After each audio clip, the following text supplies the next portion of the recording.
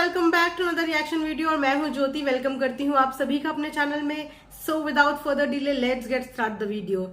वैसे तो मैं इस बारे में बहुत दिन से बात करना चाहती थी, लेकिन मैंने सोचा थोड़ा सा कभी कभी समटाइम्स चीजों को थोड़ा सा वक्त दे देना चाहिए। बहुत ज्यादा जल्दबाजी किसी भी चीज पे रिएक्ट करने में नहीं करनी चाहिए। बट अब ऑलमोस्ट 10 डेज तो हो ही चुके हैं और अभी तक चीजें समझ में नहीं आ रही, तो मैंने सोचा क्यों ना ये एक प्रॉपर और बेस्ट टाइम है टू रिएक्ट।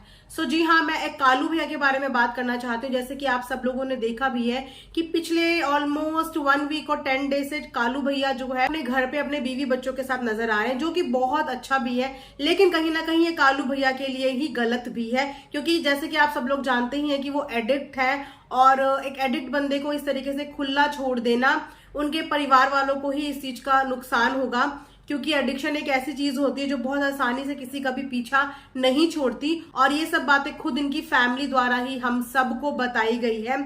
तो इतने दिन से वो गांव की गलियों में, नुकड़ों में, दुकानों में इस तरीके से खुले में घूम रहे हैं। आए दिन आप लोगों को उनके जेस्चर, बॉडी लैंग्वेज से समझ तो आता ही है कि वो वहां पे क्या क्या चीजें कर रहे हैं। तो एकदम से क्या हुआ कि नाफरमान ने भाई को इस तरीके से छोड़ दिया, जिस भाई को वो कभी अपनी आंखों के सामने से ओझल भी नहीं होने देते। बिकॉज उनकी बैड हैबिट्स की वजह से वो हमेशा उनको अपनी नजरों के सामने ही रखना प्रेफर करते हैं। और इस वक्त तो वो वैसे भी दुबई पे निकले हुए हैं, तो पीछे से कोई ना कोई आदमी तो घर में होना ही चाहिए था, जो लेडीज के साथ घर पे होता। तो वहां पे भाई से बढ़कर रिश्ता तो कोई नहीं होता जिसपे हम लोग विश्वास और ट्रस्ट कर सकते हैं। तो एकदम से उसी समय पे, जिस समय पे दुबई जाना हुआ नाफरमान मलिक का, उसी समय पे कालू भैया को भी घर भेज दिया गया।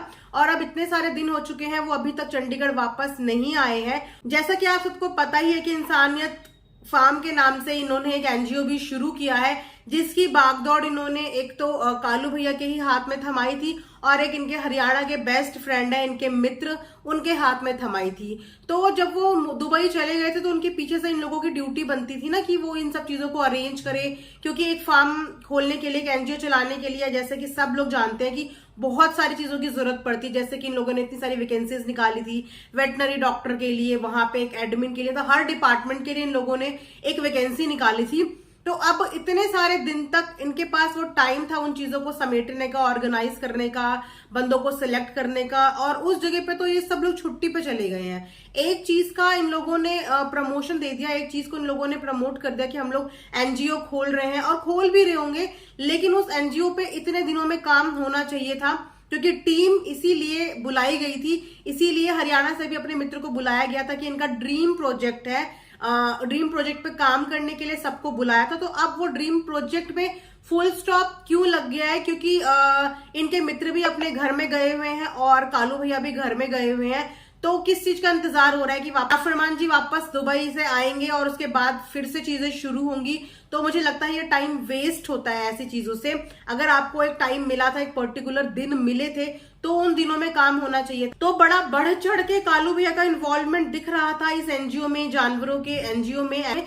लेकिन अब कहाँ गया? अब तो ऐसा लग रहा है कि उन्होंने अपने गांव जाके ही एनजीओ खोल लिया है, क्योंकि आजकल वो वहीं पे सड़कों में जानवरों को रेस्क्यू करते हुए, उनको डॉक्टर के पास ले जाते हुए व्लॉग बना रहे हैं। और कल तो हद ही मचा दी, कल तो उन्होंने भूत प्रेत भी इकट्ठे कर डाले। तो वो भूत प्रेत इंसान ही थे या फिर चढ़ाए हुए इंसान थे, आप समझ ही रहे होंगे। तो पता नहीं है क्या क्या कर रहे हैं कालू भैया। खैर वो फुल मौज मार रहे हैं गांव में अपनी। और अभी थोड़े दिन पहले वो उन्होंने एक मंकी को भी रेस्क्यू किया था। तो वो एक बहुत अच्छा काम उन्होंने किया कि उन्होंने एक मंकी को रेस्क्यू किया, उनको ट्रीटमेंट दिलवाया। ये एक अच्छी चीज थी, तो इसके लिए मैं उनकी तारीफ जरूर करूंगी कि अच्छा है आप एनिमल्स को बचा रहे हो, तो 4 लोग आपको देखा देखी उस चीज को करेंगे। लेकिन हंसी इस बात पे आई कि जिस मंकी को आपने बचाया, बाद में उसकी मम्मी ही आपको काटने के लिए आई थी। तो उस चीज में मुझे बहुत हंसी आई, जहां पे कालू भैया ये बोलते हुए भी नजर आए कि भैया मैंने तो बचाया है, तू मुझ पे ही गुस्सा दिखा रही है, तू मुझ पे ही चिल्ला रही है, मुझे को काटने आ रही है। तो देखो, जैसी करनी वैसी भरनी, बोलते हैं ना, कुत्ता काटे शक्ल देख के। तो वही बात होती है, समझने वालों के लिए इशारा ही काफी है। बस यही होप कर सकते हैं कि इस बार जो उन्होंने शुरू किया है ना, उसको खत्म करें, क्योंकि बहुत सारी चीज ये लोग इनिशिएटिव तो लेते हैं लेकिन उसको बीच में ही छोड़ देते हैं। तो बोलने का मतलब यही है कि कालू भैया को इतने दिनों के लिए गांव जैसे माहौल में छोड़ना ठीक नहीं है। क्योंकि उनके नेचर और उनके एडिक्शन से हर कोई वाकिफ है। इससे पहले कि वो अपने घर पे कोई खुरापात करे और कुछ ऐसे दंगा फसाद कर दें, इससे बेटर है कि उनको वापस से चंडीगढ़ बुला ले, क्योंकि वहां पे वो फिर भी थोड़ा बहुत ठीक रहते हैं। लेकिन गांव में आके जिस तरीके से वो फिर रहे हैं ना, बिल्कुल आवारों की तरह फिर रहे हैं, रात दिन बस घूमते रहते हैं और साथ में बच्चों को भी घुमा रहे हैं, इनके लिए और इनकी फैमिली के लिए भी ठीक नहीं है। तो पता नहीं, देखो जो हरता करता है डिसीजन मेकर तो वही है ना। वो दुबई से आने के बाद क्या डिसीजन लेते हैं, ये वापस जाते हैं या नहीं जाते हैं, ये सब तो व्लॉग में देखने को मिल ही जाएगा।